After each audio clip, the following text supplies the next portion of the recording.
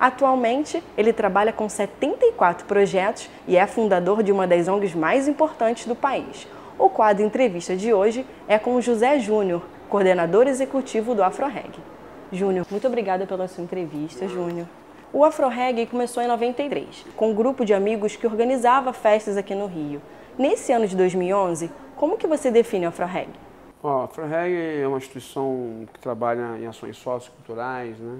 E agora esportivas também, que busca como alvo principal transformar, né? Transformar a vida das pessoas, seja as comunidades populares do Rio de Janeiro, transformar a vida de pessoas que de alguma maneira queiram estar, né, juntas de outras que de alguma forma criam uma plataforma numa via de mão dupla, onde você integre classes sociais diferentes, pensamentos diferentes, culturas diferentes. Então, assim, falar do AfroReg é você falar de uma instituição que acredita muito no próximo, seja ele uma pessoa que cometeu um crime, um delito, ou uma pessoa que durante muito tempo teve um fracasso como sua marca principal.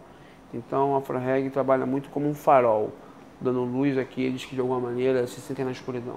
Através do projeto Empregabilidade, cerca de 1.200 pessoas já foram beneficiadas. 2.450 agora. Delas, cerca de 680 ex-detentos participam das empresas parceiras. Agora são quase 1.000. Quase 1.000 já? Como foi acreditar nessa ideia e nessas pessoas? O próprio criador do projeto é o Norton Guimarães, que é um ex-presidiário, né? Ele sempre assim, tentou colocar no AfroReg uma ação que pudesse dar oportunidade a pessoas como ele. Então, hoje, a Empregabilidade tem grandes parceiros, entre os quais o próprio Luciano Huck, que é um grande aliado, um grande parceiro nessa iniciativa, e ele é todo coordenado por pessoas que foram do narcotráfico e das milícias. Então, não existe influência externa, né? Eles todos se resolvem ali. Então, eles têm uma percepção muito grande, e tanto para trazer pessoas das comunidades e agressão penal, como também de buscar parcerias com novas empresas que possam, de alguma maneira, receber essa mão de obra que, na grande maioria das vezes, não é qualificada. São mais de 50 empresas que são parceiras do projeto Empregabilidade. Tem algum integrante do projeto que te surpreendeu, né, evoluiu? Assim, surpreendeu? Não. Eu creio muito na atitude dessas pessoas que participaram do crime, né? Porque boa parte deles sempre foram empreendedores, sempre canalizaram, né, uma energia, um potencial para o mal. É que nem quando você desvia um rio. Então você desviou o rio, né? Você botou o rio para um outro lado e o rio começa a fazer, nesse caso, esse rio imaginário, começa a fazer coisas do bem. Então, não é que eu me surpreenda, porque eu acredito muito no ser humano. Para mim não existe caso perdido, né? Então, para mim, assim, na verdade, eu fico muito, assim, eu me gratifico a cada dia que passa da oportunidade que eu tenho de estar à frente de uma instituição que ajuda a mudar a realidade de milhares e milhares de pessoas e da própria cidade do Rio de Janeiro. Então você não se surpreendeu, né? Você deu uma chance para eles. Não é que eu sabia, mas quando você está envolvido numa história como a AfroReg, né, todo dia, 24 horas, e você não consegue se desprender disso, às vezes você não valoriza como você valoriza, de repente, o resultado. Você fala, para mim, esse resultado positivo que eles têm é obrigação nossa, né? O AfroReg, quando você lida com sucesso, tem um aspecto muito bom e um aspecto muito ruim. Porque você acha que o resultado positivo é uma obrigação que você tem. Entendeu? Então, o que me surpreende é o fracasso. Eu me preparo para o sucesso, para o fracasso. Aqui, a maioria das pessoas se preparam só para o sucesso, aqui do AfroReg. Eu não. Porque eu fico pensando o seguinte, é como se fosse uma grande onda. Eu me preparo para o caixote. Eu me preparo para me afogar, não para morrer, mas para me afogar. A galera aqui já não se prepara tanto. Então, eu tenho que me preparar para o fracasso, porque na hora que a onda der um caixote, alguém tem que botar a cabeça para fora.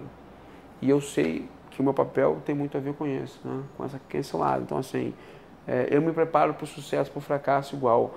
Eu sempre que penso num projeto que tem tudo para dar certo, eu penso aonde que ele pode dar errado, nos riscos.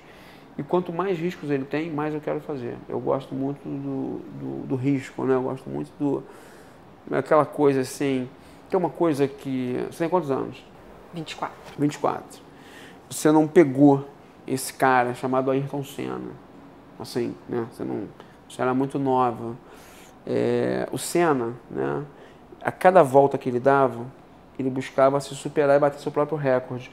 Ele não queria só a vitória ou ser campeão, ele queria se superar.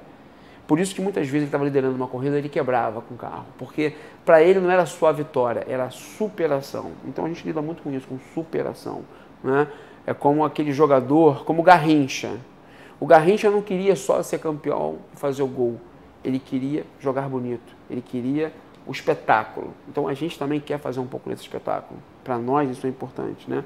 Você ter esse espetáculo. Só que quando você só quer fazer um espetáculo e só quer se superar, você não sendo campeão, você não levanta a taça. Não levantando a taça, pode ser que você comece a ter prejuízo. Então a gente quer jogar bonito, mas também quer ser campeão. Então para isso você paga um preço muito alto, que é esse preço da excelência, de buscar o tempo inteiro o bom resultado, de querer, na verdade, isso. Assim, na verdade, a gente tem uma coisa que é o Afro-Reggae. Se a gente fechar as portas hoje, 18 anos depois, o Afro-Reggae entrou para a história da cidade e do país, né, como um grupo que ganhou muitos prêmios, né, um grupo que consegue ser respeitado dentro e fora do Brasil e trabalha com um público que até bem pouco tempo atrás ninguém queria trabalhar. Então, assim, se você me perguntar, por exemplo, me diga um lugar que você tenha prazer de frequentar. Prazer, não obrigação. Eu te digo claramente, o Complexo Penitenciário de Jericinó, popularmente conhecido como Bangu.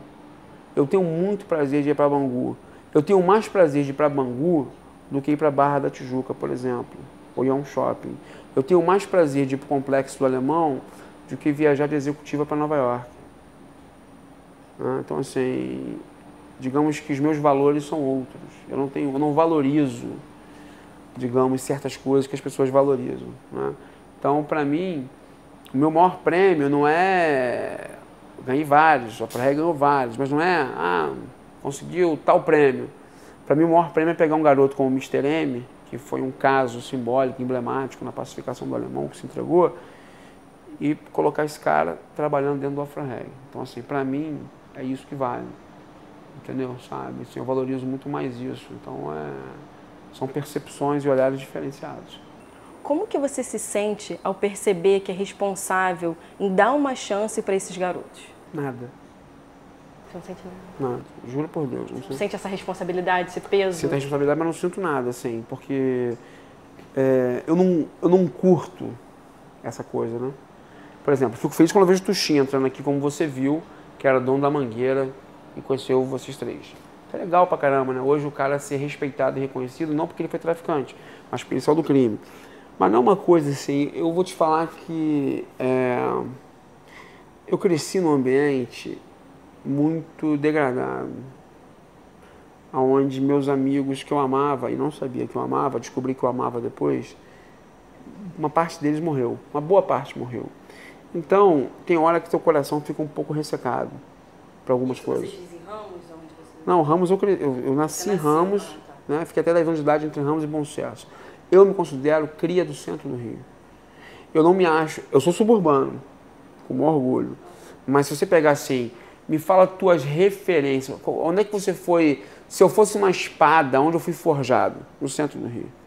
No meio de prostituta, travesti, bandido, bicheiro, gente do bem, gente do mal, gente equivocada, polícia. Eu fui forjado nesse lugar, né? Eu cresci nesse lugar, eu amo esse lugar.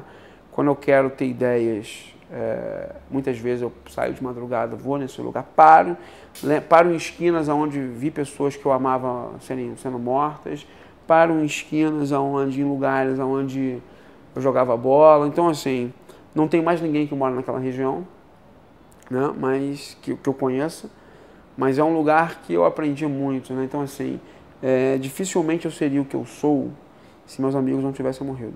A mídia é uma ferramenta poderosíssima para ajudar a sociedade a evoluir quando o assunto é preconceitos e diferenças. Hoje, vocês acham que os veículos de comunicação têm feito isso? Eu acho que algumas emissoras hoje, né, a própria TV Globo, a TV Record, a Bandeirantes, dentro dos seus limites, podiam fazer muito mais? Sim, podiam. Mas eu acho que já tem muita coisa legal acontecendo, né? E ainda é aquém do que nós precisamos, mas tem muita coisa acontecendo, os veículos como todos, as rádios, né?